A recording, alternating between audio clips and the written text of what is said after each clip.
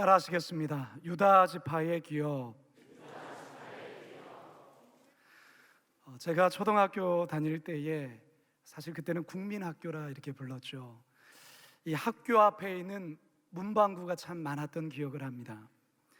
이 문방구에는 항상 아이들로 늘 붐볐는데요, 수업에 필요한 준비물을 사기 위해서도 아이들이 많이 북적였지만 이곳에는 아이들의 눈길을 끌만한 흥미롭고 재미있는 물건들이 참 많이 진열되어 있었습니다.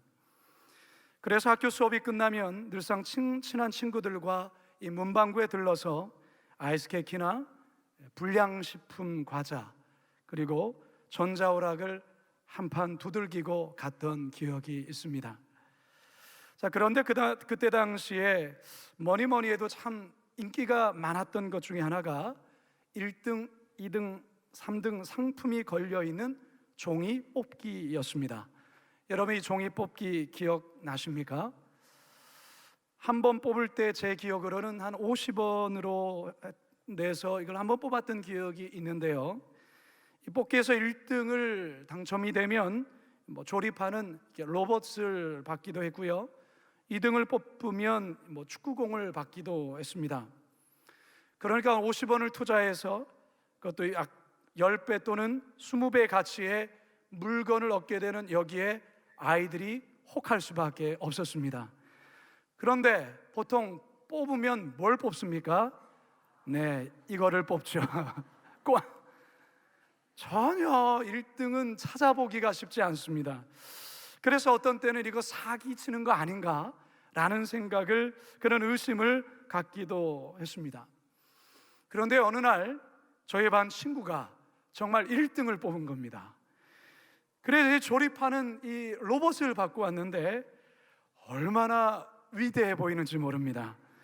원래 저랑 친한 사이도 아니었지만 그날만큼은 제가 굉장히 친한 척 했습니다. 1등으로 받은 상품을 조금 만져보고 싶기도 하고 그렇게 멀찍이서 바라보며 대단히 부러워했던 기억이 있습니다. 제가 왜 설교를 시작하면서 이 종이 뽑기라는 이 추억의 이야기를 먼저 꺼내느냐, 사실 오늘 우리가 보고 있는 이 본문의 내용이 요단 서편 땅에서의 제비 뽑기의 내용입니다. 9지파 반이 요단 서편 땅을 제비를 뽑아서 각각의 자기의 기업을 차지하는 내용입니다.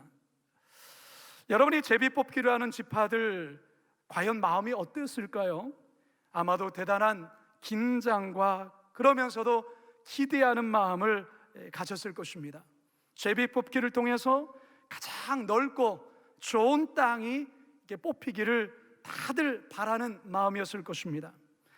자, 그런데 이 제비 뽑기의 첫 번째 주자로 나서는 지파가 어디입니까? 저는 절대로 어려운 문제를 내지 않습니다. 오늘 설교의 제목이 무엇이죠?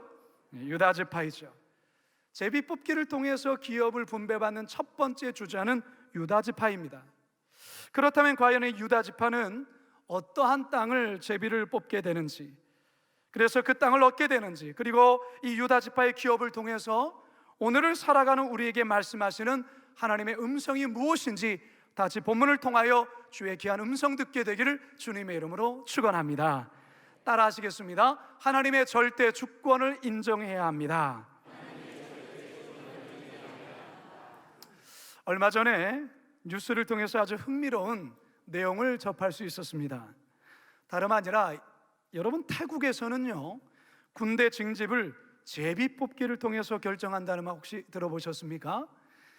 이 태국 정부가 한 해에 필요한 군인 수를 측정해서 먼저 이 지원자를 모집한 뒤에 모자라는 인원을 매년 4월에 신체 검사를 통과한 남성을 대상으로 열흘 동안 이 제비 뽑기를 통해서 이 충원을 한다고 합니다. 근데 여러분, 이 자원에서 입대할 경우에 군 복무 기간이 6개월에서 1년밖에는 되지 않는데요, 제비 뽑기를 통해서 만약에 군대를 가게 되어진다면 복무 기간이 2년이 된다고 합니다. 그런데 더 재미있는 것은 뭐냐면 제비 뽑기에서는 빨간색 종이가 있고 검정색 종이가 있는데 빨간색 종이를 뽑게 되면 군대 가는 거고, 검은색 종이를 뽑게 되면 군 면제가 된다고 하는 겁니다. 그러니까 이거는 완전히 복불복인 거죠. 자원에서 6개월 동안에서 1년 동안 군 생활할 거냐, 아니면은 이 제비뽑기를 통해서 정말 잘만 된다면 군 면제를 받을 거냐, 그것도 아니면 2년이라는 쪽박을 잘 것인가, 이런 상황인데요. 그렇기 때문에 이 제비뽑기 하는 장면이 대단히 재미있다는 겁니다. 이 청년이 이 제비를 뽑았는데 빨간색 종이를 뽑았을 때는 오열하며 울고요, 검정색 종이를 뽑게 되어지면 그야말로 신나서 껑충껑충 뛰는데요. 준비된 영상이 있습니다. 잠시 보겠습니다. 면제입니다. 면제입니다. 여기는 스님도 군대를 가야 됩니다.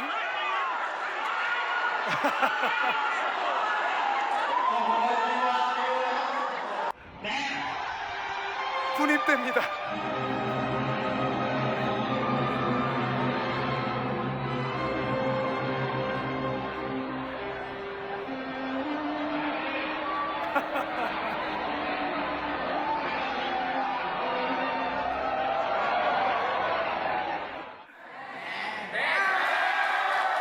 실신하고 있습니다.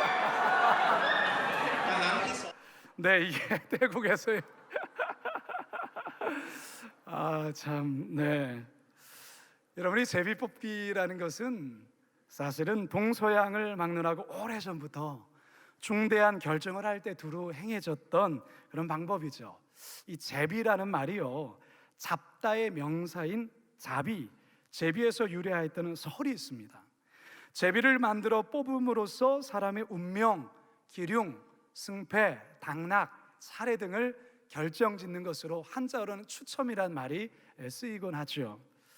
자, 우리가 성경을 읽다 보면 이 제비 뽑기 하는 장면들이 종종 이렇게 성경에 보이는데요. 레위기 16장 8절에 보면 두 염소를 위하여 제비를 뽑되 한 제비는 여호와를 위하여 한 제비는 아사셀을 위하여 할지며, 요나서 1장 7절에 보면 그들이 서로 이르되 자 우리가 제비를 뽑아 이 재앙이 누구로 말미암아 우리에게 임하였나 알아보자 하고 제비를 뽑으니 제비가 요나에게 뽑힌지라.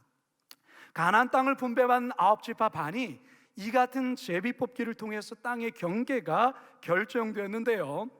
첫 번째 제비 뽑기 주자로 나선 지파가 어디였다고요? 유다 지파입니다. 그렇다면 과연 유다 지파는 어느 땅을 제비 뽑게 되는지 한번 확인해 보겠는데요. 1절과 12절 함께 읽습니다. 시작.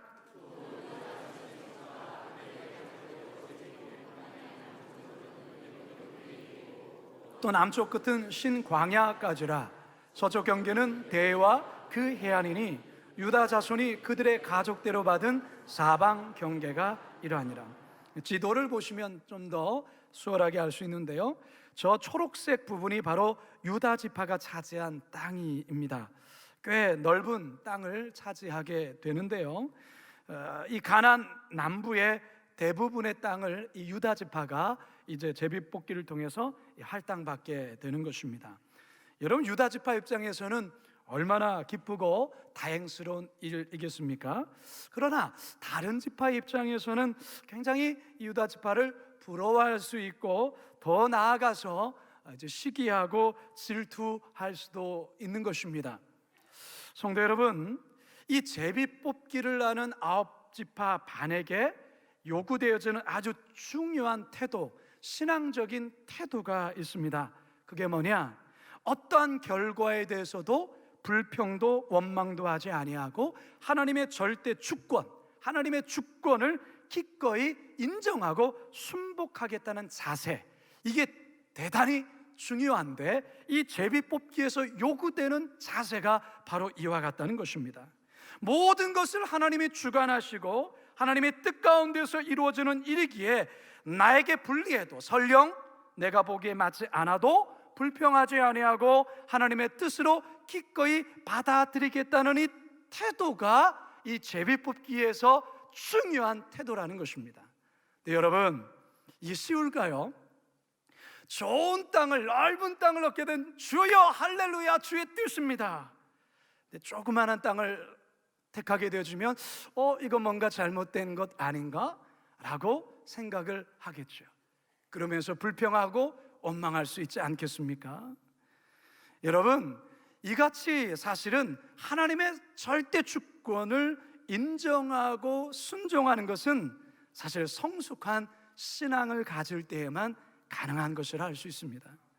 다시 말해서 잠언 16장 33절의 말씀을 아멘으로 받아들일 때 가능하다, 그 말이에요. 잠언 16장 33절 시작. 제비는 사람이 뽑으나 모든 일을 작정하기는 여호와께 있느니라. 할렐루야. 제비는 사람이 뽑지만 그 모든 일을 이끌어 가시고 인도하시는 분은 누구라고요? 여호와 하나님이라는 것이죠. 이것을 인정해야 된다는 것입니다. 그러나 우리는 좋은 것, 잘 될 때만 이것을 인정하고, 내가 볼 때에 별로 좋지 않고 내가 생각하는 것과 좀 비껴나갔을 때는 그렇게 생각하지 않은 경향이 우리에게 있다는 것이죠.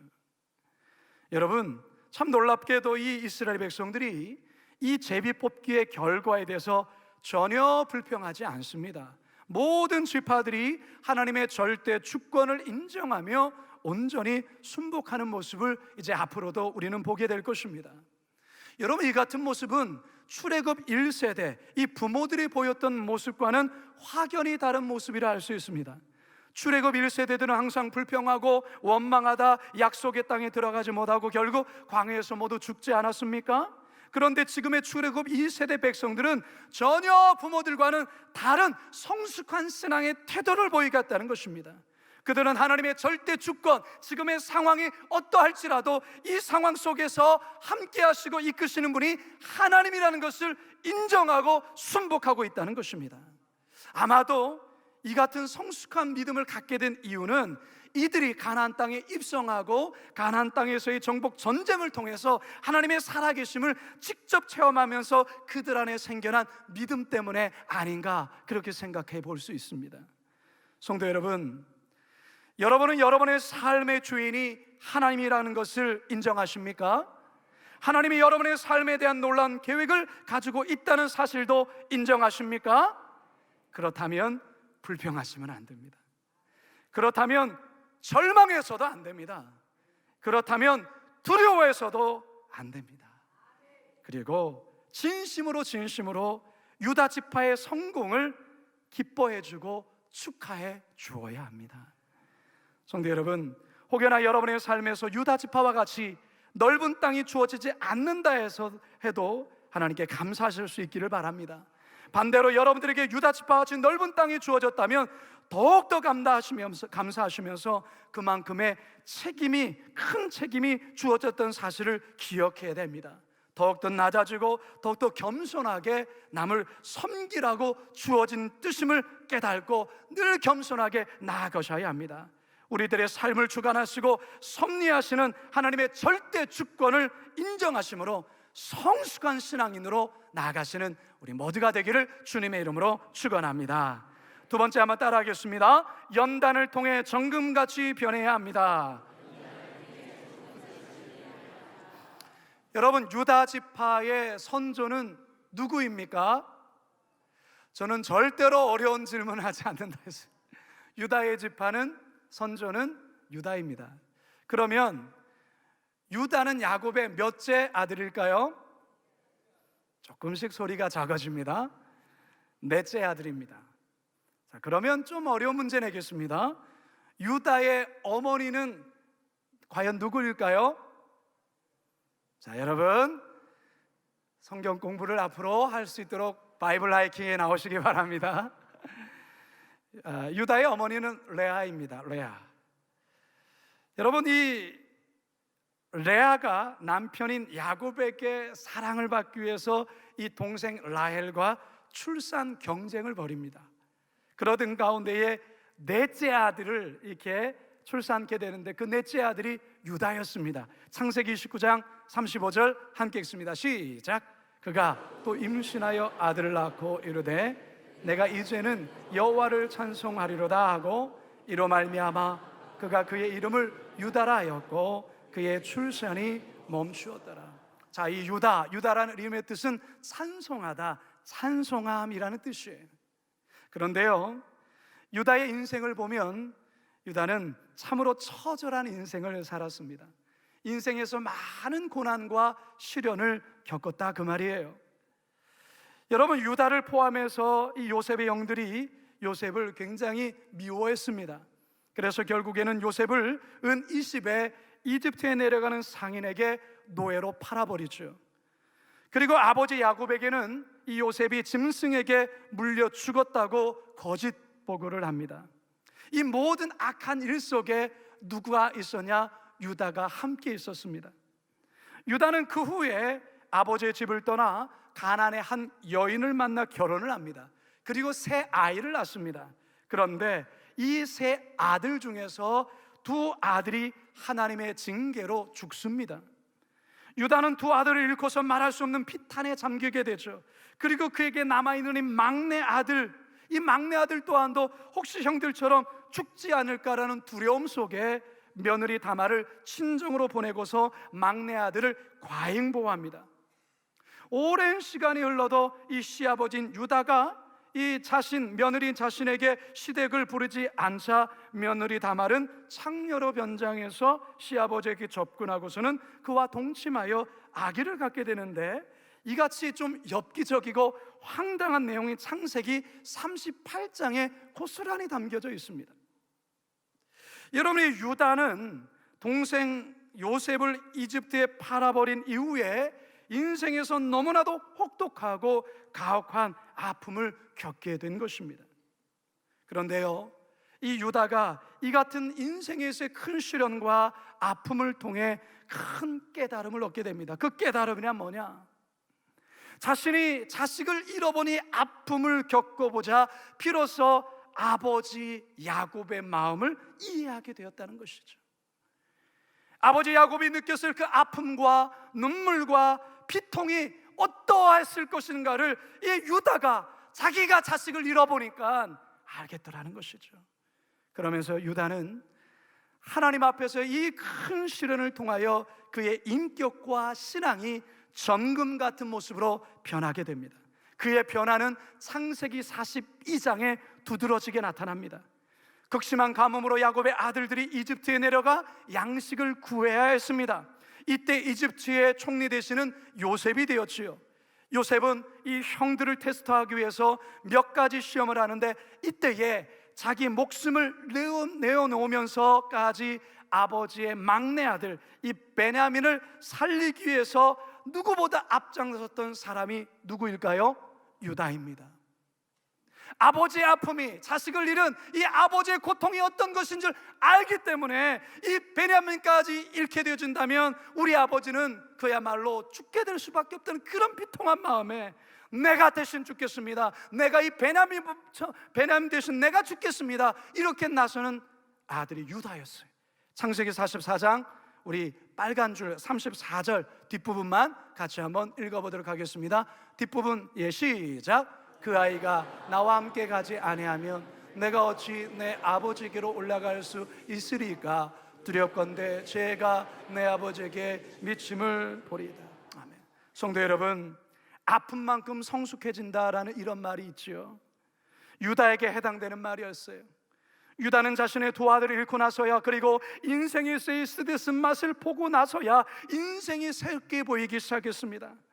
다른 사람의 아픔이 보이기 시작하는 거예요. 다른 사람의 아픔이 느껴지기 시작하는 거예요. 전에는 그게 보이지 않았어요. 전에는 그게 느껴지지 않았어요. 자신이 그것을 겪어보니까 그게 보이기 시작하고 그게 느껴지기 시작하는 것입니다. 결국 인생에서의 고난이 그의 인생을 새로운 시각을 갖게 했다 그 말이에요.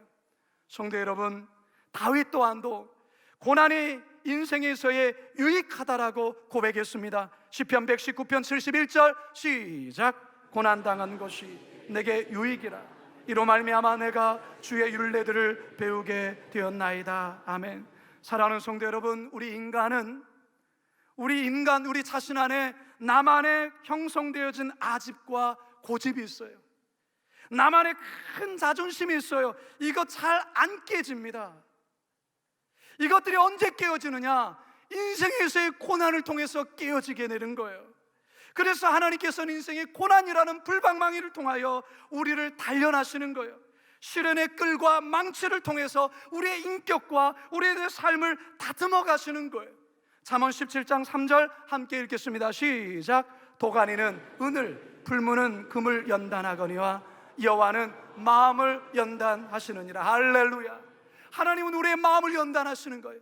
하나님은 우리의 인생의 뜨거운 불을 통하여, 뜨거운 시련을 통하여 우리를 정금같이 변화시킨다, 그 말이에요. 욥기 23편 10절입니다. 시작. 그러나 내가 가는 길을 그가 아시나니 그가 나를 단련하신 후에는 내가 순금같이 되어 나오리라. 할렐루야. 물론 여러분, 인생에서의 고난이 오히려 사람을 더 난폭하게 만드는 경우도 있어요. 사나운 짐승으로 변하게 하는 경우도 있어요. 그러나 그 고난을 통하여 자신을 깊이 성찰하고, 자신을 돌아보고, 자신을 새롭게 만나고, 동시에 하나님을 만나게 되어질 때에 그 고난이 그의 마음을 정금같이, 순금같이 단련시키고 변화시킨다, 그 말입니다. 성도 여러분, 혹시 지금 고난 속에 있습니까? 역경 가운데 있습니까? 그렇다면 그 고난 잘 견디십시오. 여러분, 그 고난 잘 버티십시오. 그 고난 속에서 한번 여러분 자신을 한번 잘 성찰해 보세요. 그러면 우리 주님께서 여러분들을 반드시 정금처럼 변화시켜 주실 것입니다. 바라기는 유다가 그리하였던 것처럼 고난을 통해 정금같이 변화되어 나오시는 우리 모두가 되기를 주님의 이름으로 축원합니다. 마지막 세 번째 한번 따라 하시죠. 처음보다 나중이 더 잘 되어야 합니다. 여러분, 지금 이스라엘이 12지파 가운데 실제적으로 가장 영향력 있고 가장 큰 지파는 유다 지파입니다. 이것은 민수기 2장과 26장에서의 그 인구 증가표를 보면 우리가 확연히 알 수 있는데요, 유다 지파는 모세 때 처음 인구 조사를 했을 때에 20세 이상의 장정이 74,600명으로 12지파 중에 가장 수가 많았습니다. 그리고 40년이 지나서 출애굽 2세대들을 대상으로 인구조사를 했었을 때도 12지파 중에 가장 수가 많았을 뿐만 아니라 첫 번째 수보다 1,900명이 더 늘어났습니다. 이것은 단지 다른 지파보다 그냥 수가 그냥 월등히 많다, 그 말이 아니에요. 이것은 다른 지파에 비해 영향력 또한도 절대적이다라는 것을 이야기하는 거예요. 오늘 본문에서 유다 지파가 가장 먼저 제비 뽑기를 한 것도 우연에 의해서 제일 먼저 첫 번째 주자로 나선 게 아니고요, 12지파 가운데 가장 영향력 있는 큰 지파였기 때문에 그가 먼저 제비 뽑기를 했던 거예요. 그리고 다른 지파에 비해 월등히 큰 땅을 얻게 되지요. 오늘 보면 2절에서 6절 함께 읽어봅니다. 시작. 또 그들의 남쪽 경계는 여매의 끝 곧 남양한 해만에서부터 아그라빔 비탈 남쪽으로 지나 신에 이르고 가데스 바네아 남쪽으로 올라가서 헤스론을 지나며 아달로 올라가서 돌이켜 갈가에 이르고 거기서 아스몬에 이르러 애굽 시내로 나아가 바다에 이르러 경계의 끝이 되나니 이것이 너희 남쪽 경계가 되리라. 그 동쪽 경계는 여매이니 그 북쪽 경계는 요단 끝에 있는 해만에서부터 베토글라로 올라가서 벳 아라바 북쪽을 지나 루벤 자손 보안의 돌에 이르고. 그냥 여기 이 지도 하나 보시면 그냥 끝납니다. 지도 보여주시죠. 이거 보면 그냥 우리 참 발음도 하기가 되게 어렵잖아요. 그냥 지도를 보시면 그 기업과 경계를 우리가 알 수 있는 것이죠. 여러분, 이 유다 지파를 통해서 우리가 더 크게 놀라는 것은 뭐냐면, 이 유다 지파를 통해서 이스라엘의 가장 위대한 왕이 태어나죠. 누굽니까? 다윗 왕이 태어납니다. 그것보다 더 위대한 일이 유다 지파를 통해서 나타나죠. 신약에 누가 탄생? 그렇습니다. 예수 그리스도가 바로 이 유다 지파의 자손을 통해서 태어나게 된 것입니다. 여러분, 이 같은 놀라운 축복은요, 야곱이 죽기 전에 12 아들에게 그 축복한 그의 예언 속에 담겨 있는 듯 그 예언의 응답이라 할 수 있습니다. 창세기 49장 8절에서 10절인데요 우리 노란 줄만 함께 있습니다. 시작. 유다야, 너는 내 형제의 찬송이 될지라. 규가 유다를 떠나지 아니하며 통치자의 지팡이가 그 발 사이에서 떠나지 아니하기를. 실로가 오시기까지 이르리니 그에게 모든 백성이 복종하리로다. 아멘. 성도 여러분, 유다는 몇 번째 아들로 태어났다고요? 넷째 아들이에요. 다시 말해서 지파에서는 사실은 서열이 사순이었어요. 그러나 이 시작은 그렇게 시작되었고, 이 유다는 처음에 부족한 것도 많았고 실수도 많았고 또한 큰 잘못도 저질렀지만 그는 나중에 처음보다 더 잘된 반전의 삶을 산 지파가 유다 지파라 말할 수 있는 것입니다. 성도 여러분, 우리들은 인생에서 뭔가 조금 늦어지면, 조금 더디면 마음이 불안해집니다. 마음이 조급해져요. 그런데 여러분, 인생을 살다 보면 조금 늦어지는 일들이 많이 발생해요. 조금 부족할 때가 있어요. 조금 더디게 시작할 때가 있단 말이죠. 우리 젊은 엄마들, 자기 아이가 말이 늦거나 반응이 늦으면 많이 걱정하죠. 글을 빨리 터득하지 못하거나 구구단을 잘 외우지 못하면 엄마들 마음이 조급해집니다. 성도 여러분, 부모의 조급함이 아이를 더욱더 불안케 만드는 것을 여러분 아셔야 됩니다. 여러분, 말도 글도 늦게 깨우치고 걸음마도 늦은 아이가 우리 인류 속에서 대단히 큰 위대한 일을 만들어낸 그런 우리 주변의 사람들은 얼마든지 있어요. 여러분, 아인슈타인 대단한 사람 아닙니까? 여러분, 이 사람이 9살까지 말을 잘 못해서 학습 지진아로 취급받았다는 이야기를 아십니까? 여러분, 우리가 너무 조급할 때가 많은 것 같아요. 출발이 조금 더디다고, 출발이 조금 늦다고 우리의 인생에 너무나도 결론을 빨리 내려버릴 때가 너무 많다라는 것이죠. 그러면 안 된다라는 것입니다. 조금 더딜 수 있어요. 조금 느릴 수 있어요. 조금 부족할 수 있어요. 그러나 여러분, 우리의 인생의 결론을 너무 빨리 속단해서는 안 돼요. 여러분, 포기해서도 안 되고요, 절망해서도 안 돼요. 여러분, 우리가 지난번에 살펴봤던 이 루벤 지파는 처음 되었던 자지만 나중된 자의 하나의 모델이 되었던 것 아니겠습니까? 그러나 유다 지파는 나중되었다가 처음 된 자의 표본이라 할 수 있습니다. 여러분, 오히려 처음에는 잘하는 분이 많습니다. 그러나 더 중요한 것은 나중을 더 잘해야 된다는 거예요. 유다는 바로 이런 경우의 사람이에요. 여러분, 스포츠 경기에서 역전승만큼 짜릿한 것이 어디 있겠습니까? 역전승이 뭐죠? 완전히 그 경기를 패했다고 생각한 그 순간 패배를 뒤집고 경기를 이기는 그 같은 경기를 역전승이라 하지 않습니까? 여러분, 스포츠에서도 이 같은 역전승이 있는 것처럼 인생에서도 이 신앙의 역전승이 있음을 믿으시기 바랍니다. 인생은 끝이 중요합니다. 인생은 마무리가 중요해요. 인생은 마지막이 중요합니다. 처음보다 나중이 더 중요합니다. 저는 이제 말씀을 마치려 합니다. 유다 지파에게 땅이 분배된 이 사건을 통해 하나님은 오늘 우리에게 너무나도 분명히 말씀하십니다. 우리의 삶에서 하나님의 절대 주권을 인정하며 살라고 말씀하십니다. 또한 하나님은 인생의 풀무와 같은 연단을 통하여 여러분을 정금같이 변화시키고 만들 것이라 말씀하십니다. 그래서 나중으로 출발했지만 인생에서의 멋진 역전승이 있음을 기대하라 말씀하십니다. 이 말씀 가슴에 새기시면서 이 시대 유다 지파처럼 하나님 나라의 기업을 날마다 확장해 나가시는 우리 모두가 되기를 주님의 이름으로 축원합니다. 축원합니다. 축원합니다. 우리 함께 이 말씀을 기억하면서 우리 함께 이 찬양 함께 고백했으면 좋겠습니다. 기도를 멈추지 마라. 기도를 멈추지 마라. 눈앞의 상황이 마음을 눌러도 원망치 마라. 원망치 마라.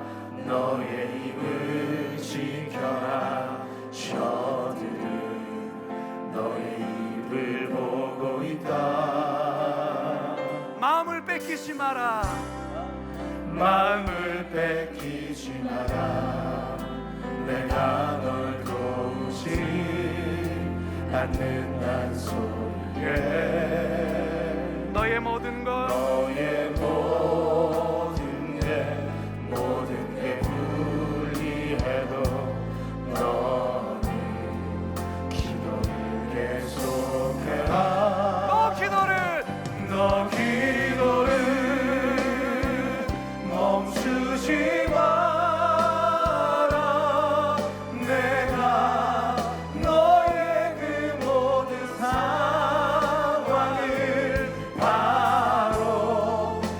역전시키리니 너 기도를 멈추지 마라. 내가 잠시도 쉬지 않고 모든 것 지켜오고 있으니 바로 역전돼. 우리 자리에서 다 같이 일어나서 너 기도를